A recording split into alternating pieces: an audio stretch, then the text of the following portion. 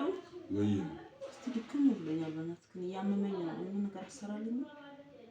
የምን የሆነ ነገር ምግብ የሚበላ ነገር አሰራልኝ።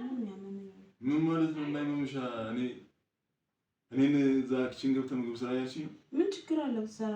የምን መናናቅ ነው ማለት? መናናቅ ማለት ይሄ መናናቅ ነው? ያሞኝ አንተ ምግብ ወንድ ልጅ እኮ ነኝ። አንቺ እኔን ግባና ምግብ ስራ ትይኛለሽ? የፈለገ ጋርምሽ ሰርተሽ ምናምን ከዛ በልሻ አተኝም እንዴ?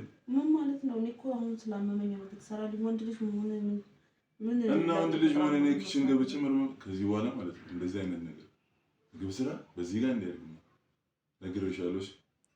ደፋር ኪችን ገብተህ ምግብ ስራ ትይኛለሽ? ፊትሽ ላይ ነበር ማለት ሰርተሽ በልሻ አታርፊም እንዴ? ዘርበ ለዛ ሻንክ ነኝ እንዲህ የምትሉ ባሎች አላችሁ አይደል? ግን ማለት ነው ምን አለበት አሁን እንደዚህ ስራ አለችኝ ገብቼ ሰርቼ ባበላት አሞታ ምንም ክብሬ አይቀንስ ምንም የሚሆንብኝ ነገር የለም።